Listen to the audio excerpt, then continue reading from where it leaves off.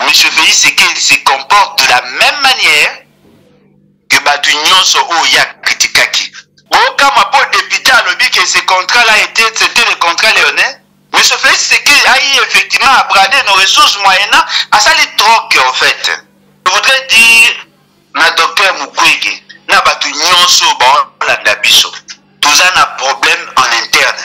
Tout ça a une culture à rendre responsable ma ben à biso te bon.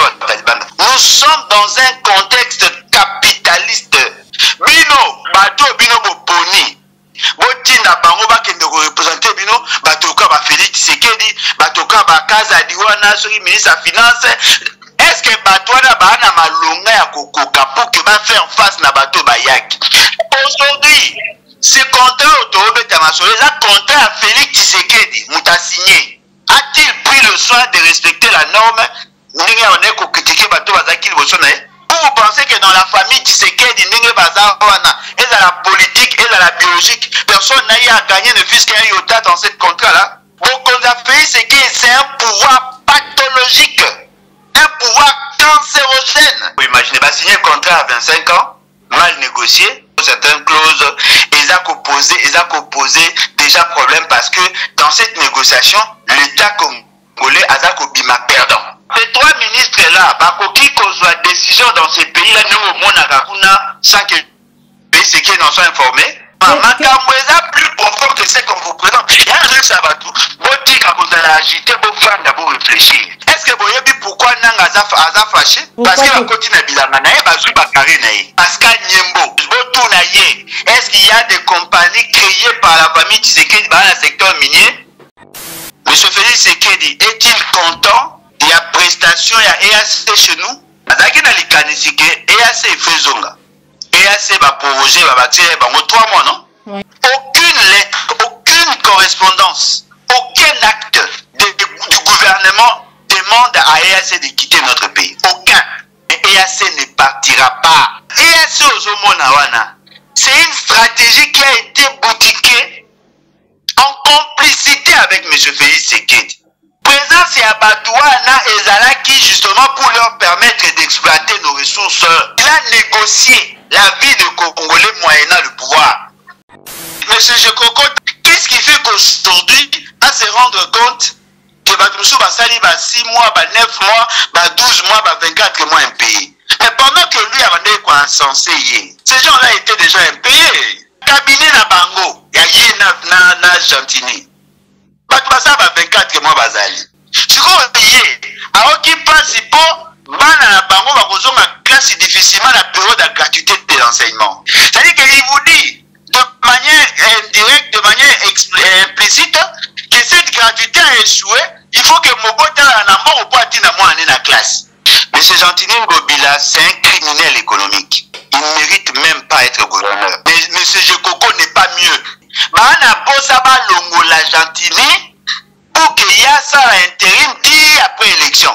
Si la ville de Kinshasa qui est dirigée par Gentini Ngobila est mal gérée, le bilan doit être positif ou négatif.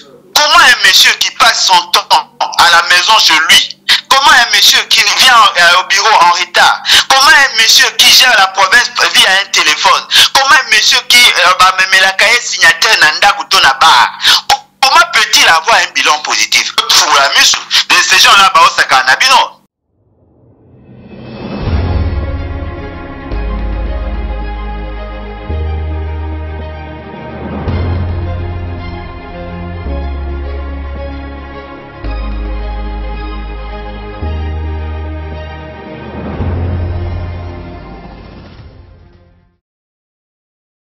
Yasika eye bana ya changu bazaya kosepela chambre froide ya Koloué ezwami na Avenue Njoko numéro 73 na commune ya Kimbantseke quartier Mikondo référence Pont Mungurudiaka sur Petit Boulevard komi tungisa Mateo kota na kati nyonso ya sika tozali pe na groupe électrogène benga biso na plus 33 60 67 98 870 pe na plus 243 81 08 24 952 boye imalamu.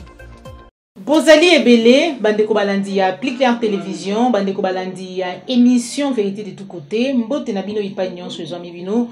Merci pour la fidélité, merci pour la confiance au Bozali chaque jour pour renouveler la kati à la chaîne de vérité. Voilà pourquoi mon colon lelo toujours na souci à informer bino dans la vérité à temps réel. Tozali nesengo ya koyamba pona bino mwana mboka Alain Bolojwa ou azali bongo président ya Lebat, Levon Noué Batisson ou azwami na ngonga o na ngambu ya Belgique na Bruxelles elongo na ye nde tokosolola matali mboka na biso na kati ya émission na biso Vérité de tous côtés ya mokolo mwa lelo na kozwa na nzela ya singa tolingi na mutiko talisa yambo tozwa ye na pesi matondo mingi na yo popola yo mbozo misima caméra. Merci na Cordo puis Mafiku, merci na Joël Gonago chasseur d'images na kati émission na biso ya mokolo mwa lelo tokolobela bokutani ya président Félix Tshisekedi na o ya Burundi bipai wapi bauti ko signer protocole d'accord portant sur renforcement et relations politiques et militaires entre République démocratique du Congo na Burundi. Tokolobela na kati émission na biso ya mokolo mwa lelo tokolobela matali bongo contrat primaire God ou ezali kolobisa ba imboka bolandi ba émission ebele réaction mwana mboka Merlin Vouvou réaction mwana mboka Nico Maengele sur la question lelo tozali kozwa réaction ya mwana mboka Alain Bolojwa poto uti kolanda lolenge nini ministre ya finance Nicolas Kazadi atalisi ete le gouvernement congolais n'a jamais accordé l'exclusivité de l'exploitation de l'or na primaire gold. Quelle est la réaction mwana mboka Alain Bolojwa mais aussi maimazali koleka na bongo entre Jekoko Mulumba azali bongo vice-gouverneur ya Ngomba Kinshasa na Jantiningo Bila ou azali bongo gouverneur Ngomba Kinshasa ou azali kolela irresponsabilité pe mauvaise gestion ya gouverneur Jantini Ngobila wanezali masolo tokosola na kati émission na biso mokolo mwa lelo tozwa déjà mwana mboka Alain Bolojwa na nzela ya singa po ete longo na ye to solo la mboka. Allô, bonjour, mon amboka, président Alain Bolojwa. Bonjour, Maman Ngai. Bonjour à tout le monde. En tout cas, merci beaucoup pour l'opportunité.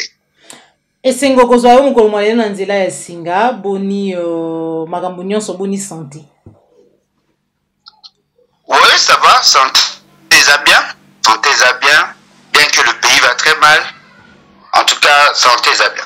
Dala, matondo mingi mwana mboka Alain Bolojwa pona koyana na lokasa na biso tolingi vraiment na lombango mingi tozwa réaction na yo tope point de vue na yo sur matali contrat oyo mboka na biso gouvernement congolais ba uti ko signer na bandeko ya primaire gold après ba dénonciation pe nyonso ba congolais bazali ko talisa na nzela ya bitando ike tolandi ministre ya finance Nicolas Kazadi ya talisi ete gouvernement congolais esi ko pesa exclusivité ya matali boteki tope exploitation ya or tope ba minerai na biso na bandeko wana ya primaire gold te oyambi yango lolenge nini analyse nini ozali kosala en rapport na maiwana.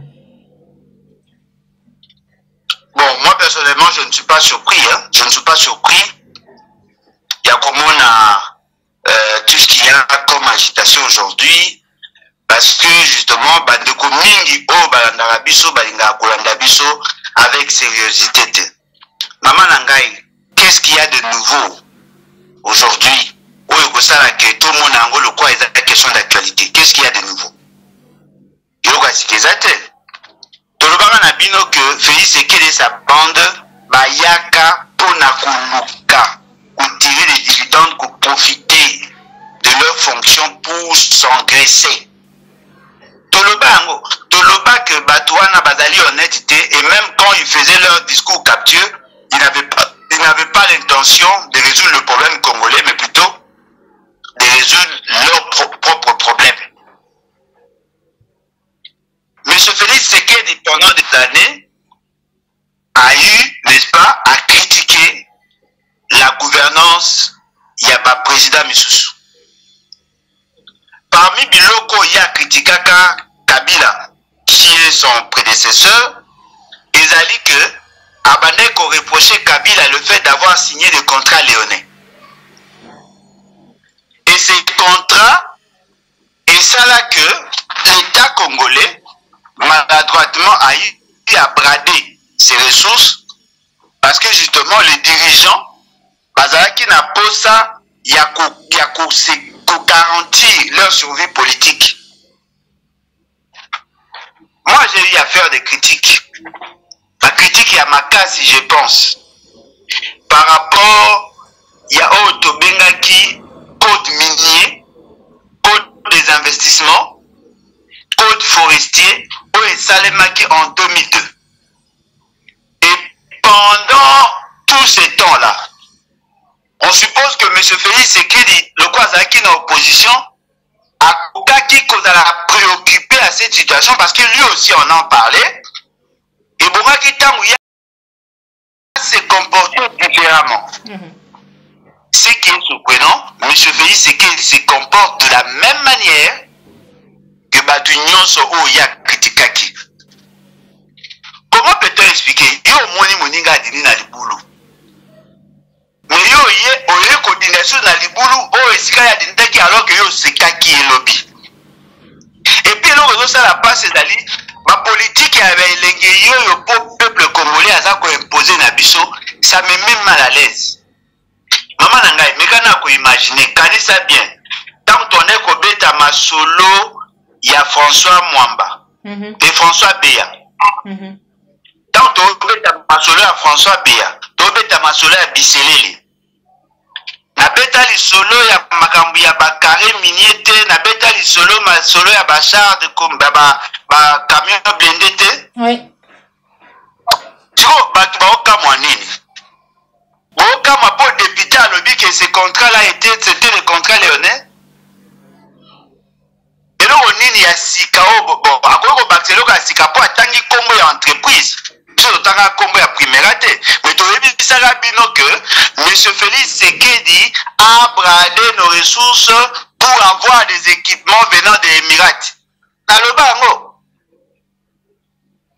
Je vous ai dit que M. Félix Tshisekedi a signé des accords. Le col a monaki que l'accord on a signé qui est alléchant. Pour lui, tant que carré mini on a battu c'est comme ça qu'il a demandé à François Beya d'entendre sur un procès verbal M. Ferdinand Biseleli. Cette réalité-là, c'est ce que vous vivez là dans cette nouvelle révélation, la révélation. M. Félix Tshisekedi a eu effectivement à brader nos ressources moyennant à ça les trocs en fait. À ça les trocs. Mais là, comment que c'est que Nabatu Bayeba? Koki Kozala, qui va signer contrat na Congo à l'État, mais ce n'est pas l'État qui en bénéficie, il a dit plutôt toute la famille politique et biologique qui a fait ce qu'il doit bénéficier. Donc, il y a des gens qui ont pillé systématiquement. En quoi est le parce que nous avons pris près de 4 ans pour vous alerter sur le même fait. Pourquoi les gens sont-ils surpris? Parce que tout le monde en parle. Tout le monde devient agité. Mais nous en parlons presque chaque jour, maman. Namoni, bateau Pelé va réagir. Parmi bateau va réagir, Namoni, le docteur Mukwege. A manifesté, a réagi. Amoni Kezali scandale. Il y a comment les Émirats, Bakoki Kondima, Kouya piller 500 millions de dollars chaque mois dans le peuple congolais. Je voudrais dire, na docteur Mukwege, na batu nyonso ba la dabiso.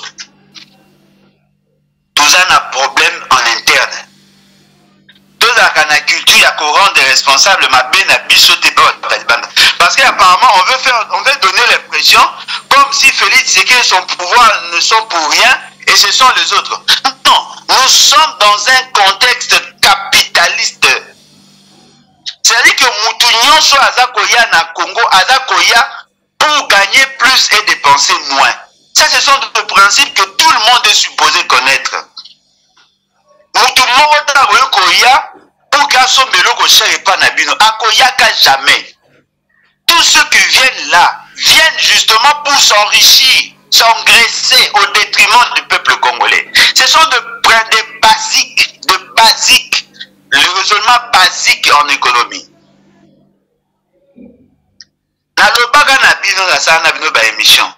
nalobi que les Émirats dans leur stratégie baza na posa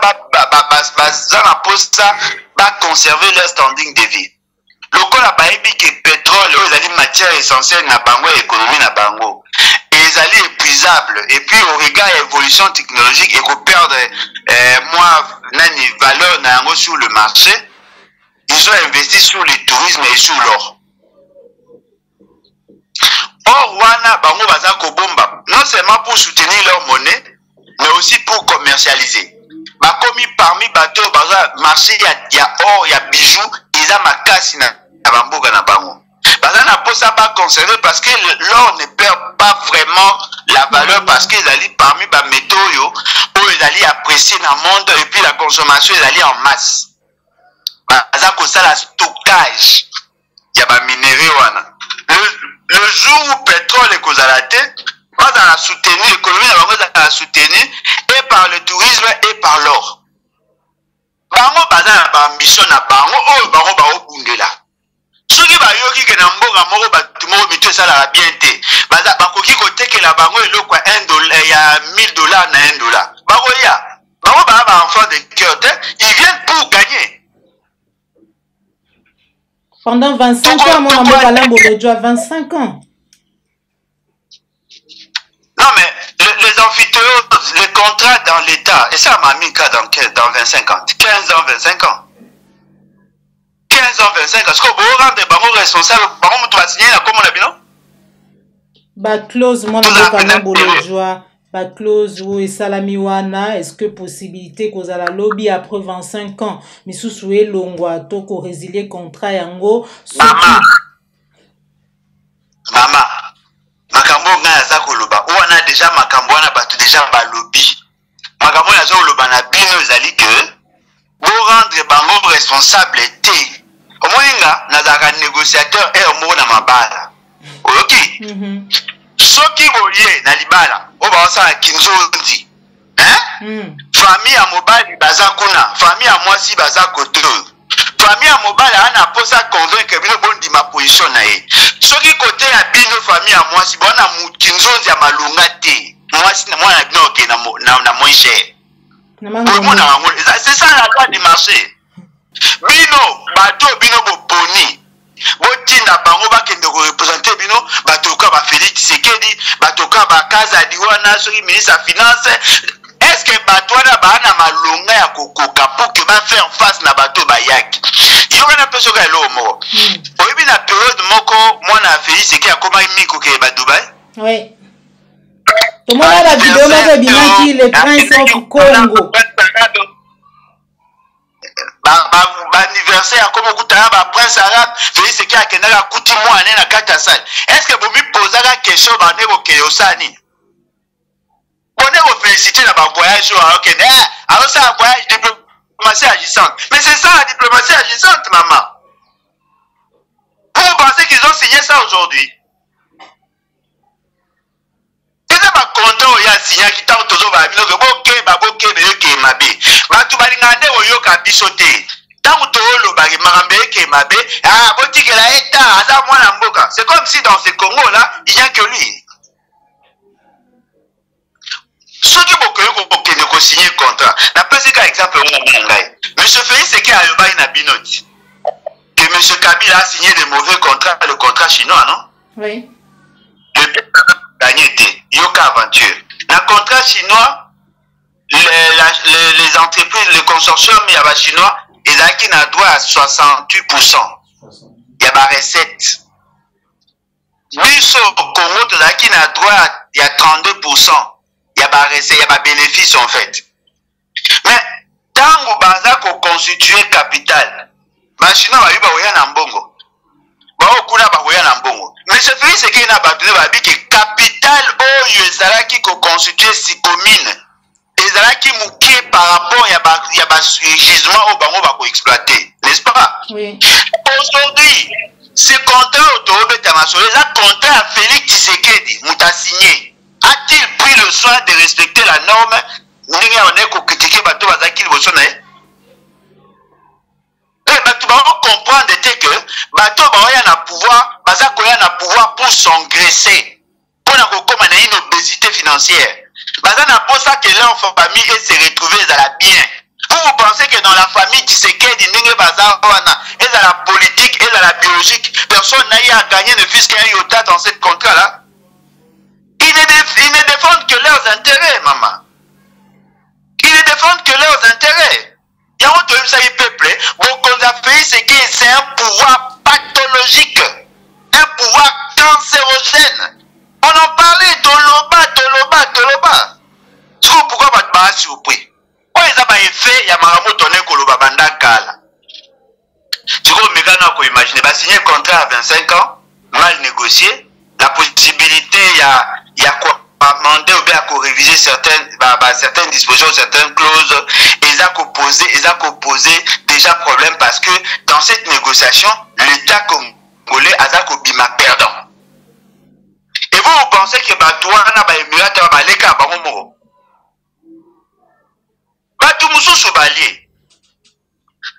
Ba ministre batangi ministre nan. Ministre à portefeuille. Ministre à mine. Il y a mine, il y a portefeuille, il y a finance. Ministre à finance. Oui. Et Sili. Batanga Misatou wana jusque là.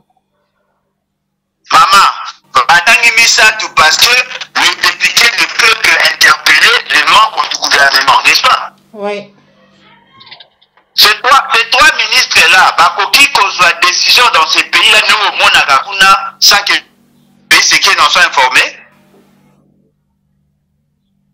Parce que le député a été que a été des questions écrites na batouana pour que va réagir, va répondre par rapport à Makambo ya Moni, oh ya lobby. Il vous a dit des vérités, mais il n'est pas sincère.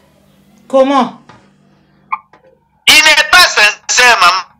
Makambo est plus profond que ce qu'on vous présente. Il y a un truc ça va tout. Vous dites que vous allez agiter, vous faites d'abord réfléchir. Qu'est-ce qu'il n'a pas dit, mon amboka, président Nembouloudjo? Dans cet état-là, personne ne peut prendre des décisions sur les mines sans passer nécessairement par Félix Tshisekedi. Oui, Biango. C'est la famille Tshisekedi qui a la maîtrise de ces domaines-là. Oui, que les domaines sont réservés à la famille Tshisekedi. Kabound a tenté à s'ingérer. Il a été éjecté, il a été écrasé. Boyebi, tous ceux qui ont tenté d'aller dans ce sens-là. Boyebi, est-ce que Boyebi, pourquoi Nanga a fâché? Parce que la côté n'a pas de bazou bakari naï. Les domaines au bango va se réserver. Pour na posa ba bi que domaine wana loko les ba ressources à mabélé, ils sont en train de piller de manière systématique, ils sont en train de brader pour l'État congolais, mais par moi bazali loko ba reto commissionnaire baza ko se retrouver entre les deux. Donc kanda ya nanga to lo bango bongo ezali euti na makambo tali ba mine to minéré. Maman na que dossier à François Béa, na dossier à Bisselele, ezalaka ba carré minier au banga bateka na otuwele, ba carré minier wana d'après ba information, ba obi kezali ko appartenir na nanga. Siko bango batekaka, ba Félix Tshisekedi ba annulé vente na bango, batangaka kombo ya mama moko batangaka kombo na ete, batangaka kombo ya Bisselele, batangaka kombo ya nanga, batangaka kombo ya Gilwando. Soko kei na RFI.net okomona yango. Soko kei na Jeune Afrique okomona yango. Soko tai na ba video o ngana oto sala okoyoka yango. Le combat na biso lelo ezali que batu moko ba na posa ya kokoma plus riche que bato bazaka liboso pour que bango baza na capacité à asseoir pouvoir na bango. Alors tango bakoti bazalaki na ba problème ya bambongo bakei koluka ba marché ba pesa ba marché. Mukomso bokotuna mesdames et messieurs Yuma. Albert Yuma. Dans ces données na monsieur Yuma na ba données na ye ya ba exploitant minier parce que zalaki non seulement mokonzi achekamine mais zalaki peut en même temps mokonzi afek, n'est-ce pas? Botuna ye siko nani Yuma botuna ye. Est-ce que la famille Tshisekedi bazalaki na ba carré minier? Bokende pas nani Pascal Nyembo qui chargé à la contrôle, évaluation et contrôle, il y a la matière précieuse. Est-ce qu'il y a des compagnies créées par la famille Tshisekedi dans le secteur minier? Mais monsieur Yuma, il y a Parinata Moutoumorote depuis le régime commis. On est en train de piller systématiquement les ressources du pays qui sont épuisables. Que M. Félix Tshisekedi est un danger pour la République.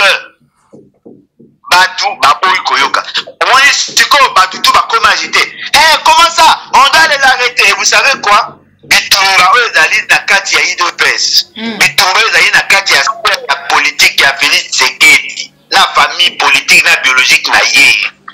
Lelo batouana bakomi kopesa ba information pour se détruire mutuellement. Cette information est bimi, baza ko cibler batu na bango. L'information n'est pas fausse, mais elle n'est pas complète. Elle n'est pas complète.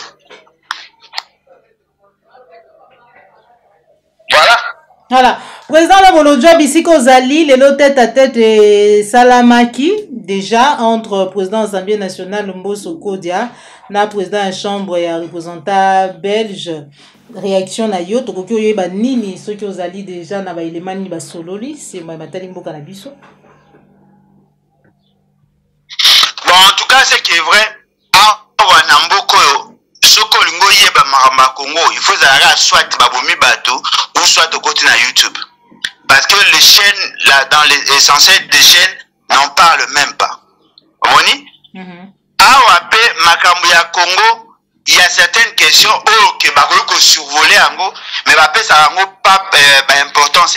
Par exemple, la venue d'un président de l'Assemblée nationale, ce n'est pas un enjeu.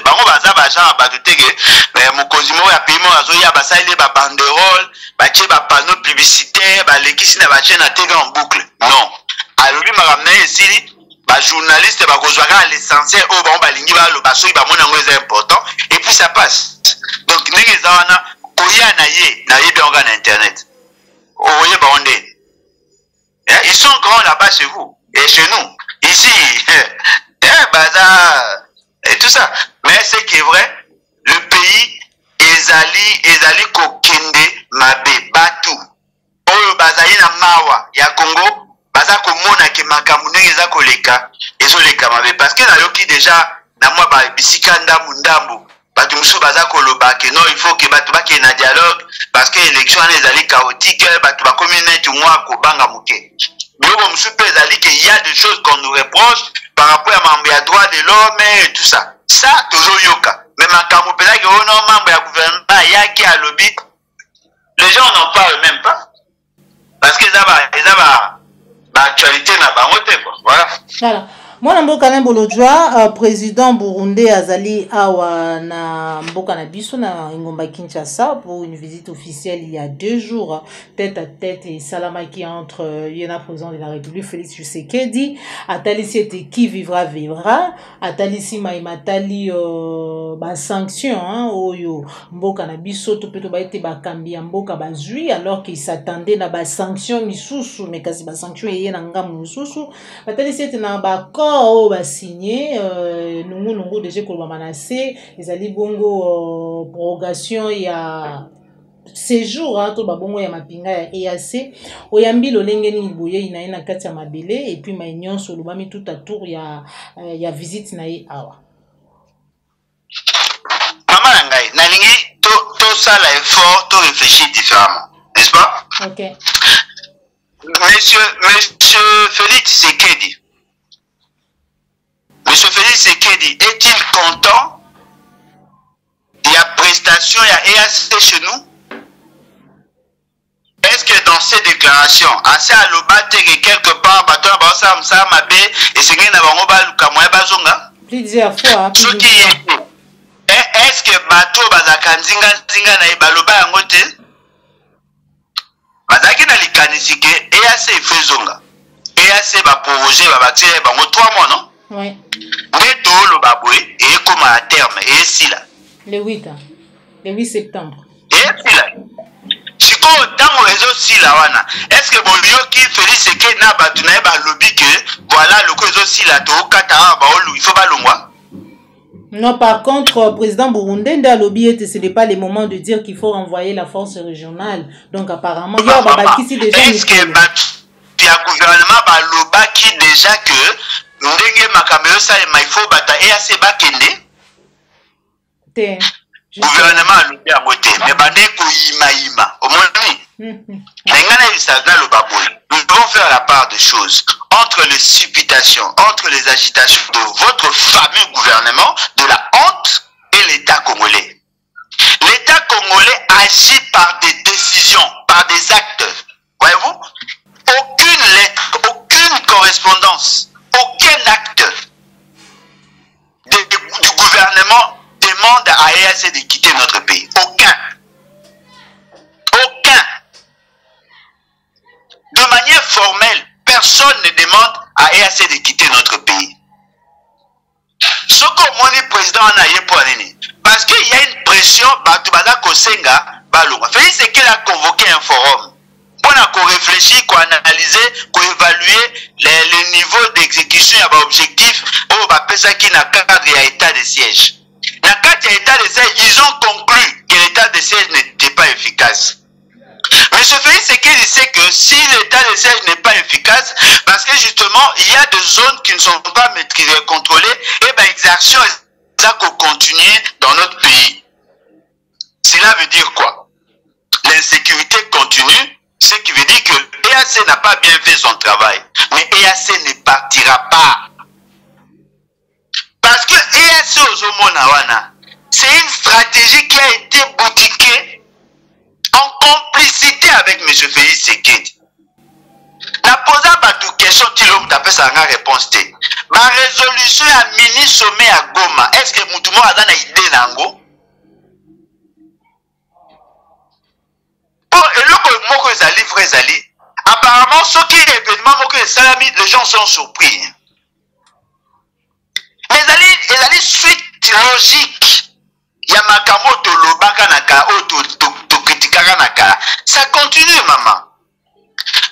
Vous avez posé que monsieur le président ya Burundi a le babino non voilà EAC le quoi tout ça les 3 mois et si non parce que bango ba yaki te pour la repesa bino p ba yaki pour na ko faire observer cesser le feu tant que la réinsertion la réintégration à ba M23 au ça les maté EAC restera chez nous. Mais la grande question que nous devons nous poser, tous ces États-là gagnent quoi? En déployant leurs militaires chez nous, qui paye la facture? Comment cette facture-là est-elle payée? Ce sont là de vraies questions, maman. Parce que on a yebinao nasako kanisa. Présence à Batouana et Zalaki justement pour leur permettre d'exploiter nos ressources. Ils sont en train de piller de manière systématique. Nos populations, elles ont foutu à bango par impôt taxes. Ces zones-là, elles allaient dans la zone minière. Ces zones-là, elles allaient dans la plantation, dans le café et ainsi de suite. Il y a du bois. Ils sont en train d'exploiter de manière sauvage. Et l'avantage qu'ils ont, barrière douanière, ils ont sous-souté. Notre administration n'existe plus là-bas. C'est ça le rôle du M23. Le M23 était venu justement pour créer un bornage, il y a limite, il y a influence, il y a EAC. M23, il y a le col Jean-Baptiste qui a annoncé la venue de Jésus-Christ. Maman, et là on est à Sikawana na lobi. Nous sommes déjà dans le bat. Nous sommes dans le bat déjà. Et là on va Sikezate. Et là on va Sikezate. C'est-à-dire que vous avez en face de vous des inconscients. Et la seule chose que M. Félix Tshisekedi demande, que lui et son pouvoir base à épargner. C'est-à-dire qu'il a négocié la vie de Congolais moyennant le pouvoir. Alors, tant que tu as insisté, tu as dit ce qui bolingi changement il faut extirper du système politique tous les éléments monsieur, en commençant par M. Félix Tshisekedi. Nous les disons parce que nous savons qu'il n'y a pas d'autre issue en dehors de l'article 104. Nous les disons.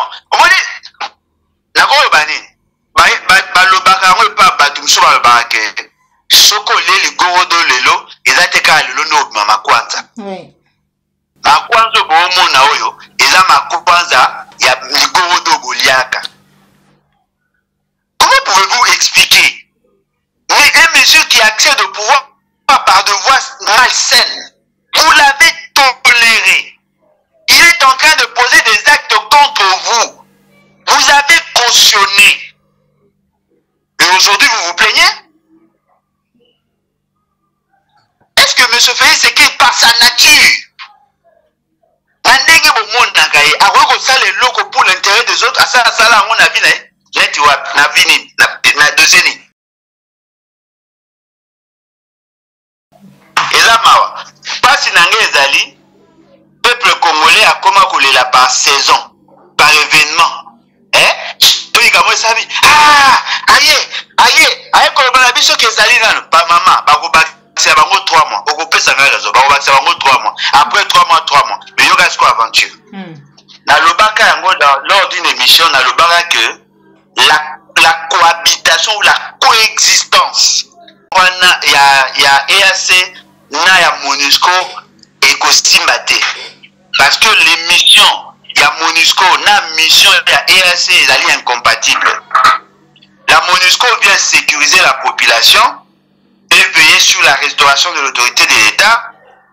EAC aille pour protéger M23 qui est son bras séculier. Et donc, ce qui est MONUSCO a ça, en temps, c'est dans le cadre opération EAC a coagir. Alors, qu'est-ce qu'ils ont fait? Le corps a dit que EAC il faut aller. Yoka kindoki abato, bato baza kota kindoki na vie na moi. Babi lokola EAC alingaya, moya EAC a vivre na MONUSCO te, bakini baati lokobo, akende coïnciter ba jeune. Il vous souviendra que dans le bas de la nouveau appridant, akende coïnciter ba jeune pour que ba jeune ba senga départ à MONUSCO, quand MONUSCO a kobima ba remplacer MONUSCO par EAC.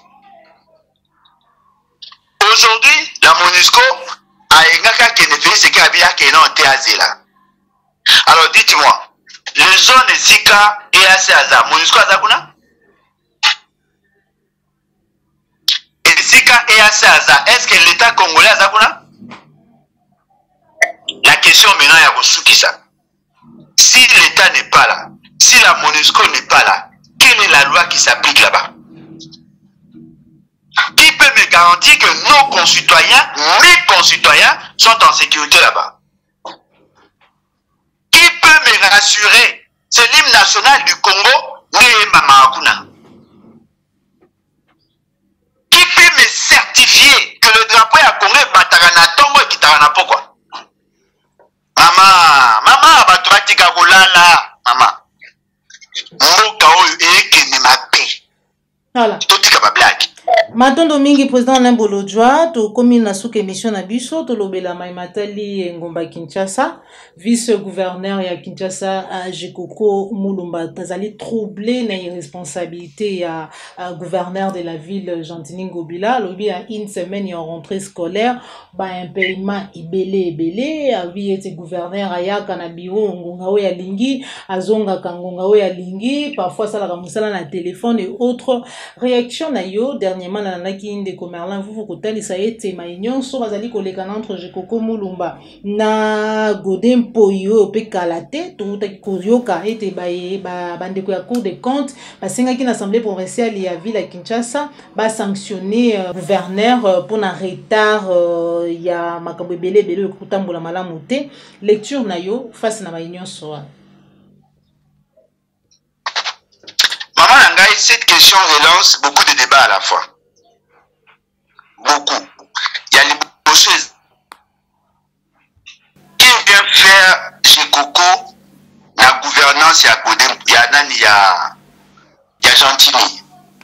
Parce qu'en réalité, ceux qui Gentini Azalaki membre d'un parti politique et que sa candidature était soutenue par ces partis politiques, en réalité, ceux qui nani colistier naïe, c'est-à-dire que le vice-gouverneur Obakaki candidature à Longwe, en réalité devait être remplacé par un membre de la famille du gouverneur, la famille politique. Le Congo ne respectant pas les lois, qu'est-ce qui s'est fait? Un membre de l'UDPS vient candidater la liste, il y a parti Moussous, il y a regroupement Moussous, il y a organisation Moussous. Ça c'est un fait. Il y a Bibalé, avant Coco comme gouverneur, il faut dans un mois probité, il faut dans un mois moralité, moi degré, moi il y a conscience, avoir des vertus. Mais c'est Gentili Ngobila Azali rescapé, il y a justice par le fait que pendant qu'il gérait Maïndombe, il y a eu de morts. Son bilan est allé en termes de nombre de tombeaux, Pierre Tombal. Avant le gouverneur Ndédine. Ça c'est un débat. Débat Moussoussou. Ezali, M. Gentili, M. Jekoko dans la commis, a commis comme ça la éloge na gouverneur naïe. Il n'y a pas longtemps, hein? Non, Tozo Tambola bien, Tozo Canadien, c'est un bosseur et tout ça. Il n'y a pas longtemps, hein? Qu'est-ce qui fait qu'aujourd'hui, à se rendre compte que Batumsou va salir 6 mois, 9 mois, 12 mois, 24 mois impayés? Mais pendant que lui avait quoi censé y, ces gens-là étaient déjà impayés. Na cabinet na bango, il y a na Gentini. Ça va 24 mois bazali. 24 mois impayés. Oh, surtout que les salaires a un caractère alimentaire. Bafuta la mutu salaire pour la nini. Pour que sungaye allez sa moi si na bana. Si vous voyez, alors qui participe bana na bango ba kozonga classe difficilement la période de gratuité de l'enseignement. Pour moi na ya mutu asaka na hôtel de ville. Sur la moi na classe ya C, école primaire. En réalité on quelque chose fait l'être. Si vous y a zoyo qui la bango mawa pour ba futamite moi ba tina ba na classe. C'est-à-dire qu'il vous dit de manière indirecte, de manière implicite que cette gratuité a échoué, il faut que Mobota na mort pour tina moi en la classe. Là nous parlons à nos école primaire. Et là on me suis pesali que on a hier ceux qui moins dans la ligne la problème est mais ceux qui est comme la période de la classe, il faut voter dans la classe dans condition à bien. Or, les salaires là ne serviraient pas seulement par rapport à la classe. Les salaires peuvent aussi servir par rapport à paiement en loyer, qu'on fout à régie des eaux, qu'on fout à SNEL, qu'on fout à transport, qu'on bongisa ceux qui a moisi, qu'on somme à Bana Bilamba, qu'on tire à Bana hôpitaux. Là, il a préféré se taire parce que les lots, je vais vous dire une vérité. Monsieur Gentini Ngobila, c'est un criminel économique. Il ne mérite même pas être gouverneur. Mais monsieur Jekoko n'est pas mieux. Voyez-vous? C'est-à-dire que Bazo Lingabala qui sabino que lui défend la cause. Là, en réalité, Zalindini. Bahana Posaba Longo la Gentini pour qu'il y ait ça à intérim 10 après élection. Mahana Posaba Longola Godin pour que le premier vice-président de l'Assemblée provinciale qui est membre de l'UDPS a se retrouvé là. C'est ça leur guerre. Mais heureusement, on a utilisé de vraies informations pour s'entretuer. Si vous plaît, alors Gentini Ngobila a défendu. Non, tu veux féliciter parce qu'il a le courage de dénoncer. Il ne dénonce pas seulement Gentini, il dénonce la gouvernance de Félix Tshisekedi. Maman Langa, dites-moi, si la ville de Kinshasa qui est dirigée par Gentini Ngobila est mal gérée, le bilan doit être positif ou négatif? Négatif, si le personnel, bateau bazo sala, na kati ya hôtel de ville, ba na 26 mois, 27 mois, 12 mois impayés. Bango mutu bakenda kozwa mbongo, bango ne ba géraka ville, baza impayé. Vous voulez me dire que le bilan est positif? Ce qui est gouverneur, ale kakata na mingi na ndako, ce qu'il a dit là, moi je confirme, hein. Mutu nyonso to emprunta nzela o ya nguma. Aibi que Gentini Ngobila kendaka musa 14 et 15. Ce qui a zongi, a kozonga msusu ba 2 heures ba minuit. Soko luki na réseaux sociaux, au goût d'un gobila, ngobila. Il est dans ça, en fait. Alors, comment un monsieur qui passe son temps à la maison chez lui, comment un monsieur qui vient au bureau en retard, comment un monsieur qui gère la province via un téléphone, comment un monsieur qui me la cahier signataire nanda na bar, comment peut-il avoir un bilan positif? Or, si lui n'a pas de bilan positif, ce qui veut dire que M. Kabi, M. Félix Tshisekedi n'a pas de bilan positif à Kinshasa. N'est-ce pas? C'est la logique. Et là, c'est surprenant, le bilan à Félix Tshisekedi est positif à Kinshasa, mais Mouto là qui est censé concevoir après qu'on exécute, il a échoué.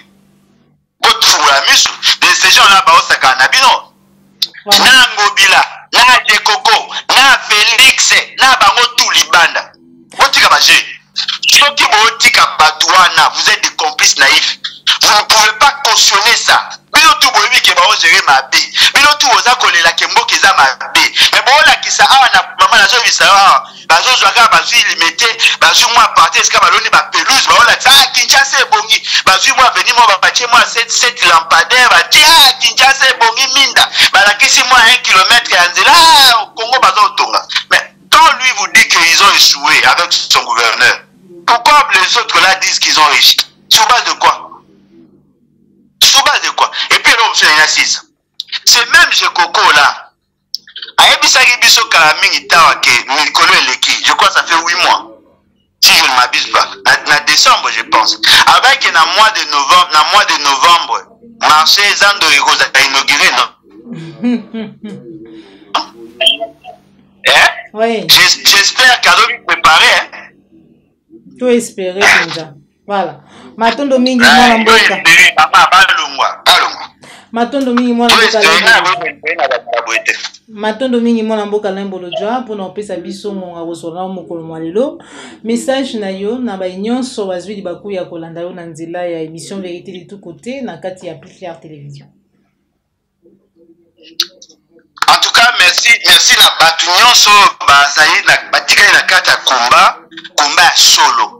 Combat teke na buto lei na moyo bimite. Combat solo gozo bunda pour l'intérêt du peuple. En tout cas, mais bien que botika iso ebelete, bravo na bino bo continuer. Bo continuer pas na idée à ko défendre batu, mais bo défendre ba idée, bo défendre ba valeur ou ezali universel. Et là on a ko senga na batu, ezali que bato balingi ba adhérer massivement. Ba benga biso na plus 243 81 250 28 51 81 250 28 51. Boya beaucoup membre. Soki boyo kaka depuis to beta kambela. Boya to s'organiser. Moi l'on to zabwe. Ba poser la question où en sommes-nous avec l'article 104. La question nga poser bango. Qu'avez-vous fait pour que tout comme un article 64. Et puis alors Moussou Ezali. Ce n'est pas encore trop tard. Il suffit seulement d'être déterminé, d'être organisé. On peut faire bouger les lignes. On a encore du temps. Mais pourquoi poser la batouba ça et la binonio sobino boya nasima? Non, il faut que chacun y ait comme ma pierre dans l'édifice. Si nous ne le faisons pas, c'est fini, nous sommes perdus. Comme la construction n'a pas eu de sabande de nyonso balinga Alain Bolodjoa, ou nyonso balinga ka lecture, ba livre zali disponible. Awa esika nazali awa, ba livre zali na Belgique. Ou alingi livre a ebisi biso to kutani azu livre. Livre zali disponible to te ka on 30 €. Moto azali na Suède. Akoyi ko passer commande na na numéro na biso. Moto azali na Suisse. Akoyi ko passer commande. Moto azali na Lille akoyi ko passer commande tokoki ko memela bino yango kuna parce que tokozala na Stockholm, tokozala na Genève, tokozala na Lille, bokoyi ko benga tomemeli bino livre kuna ezali na 30 €. Merci beaucoup. Merci beaucoup président Lembolo Joa pour nos pesa biso en recevant mokolo mwalelo. Merci na baignon sur vous qui bakou ya Rolanda biso de partout dans le monde. Merci na confiance et la fidélité vous allez renouveler na kati à la chambre de vérité. C'était là mon amboka président Limbolojoa, président Lebat, Levon nous bâtissons depuis Belgique de tozala ki na sengo ya kosolana ye mokolo molelo. Mambi Matali Mboka Nabiso, République démocratique du Congo. Un grand merci à mon petit frère chéri Aristarque Mania. Merci na Popola Yombe. Merci na Cordo Pima Frikou Pina Joël Konango, chasseur d'images. C'est pas l'émission like et partager. Les Alimbala Yambo Landabiso, Kobo Sanate, Ko s'abonner na Katia, Picard Télévision, la chaîne de vérité. Au revoir.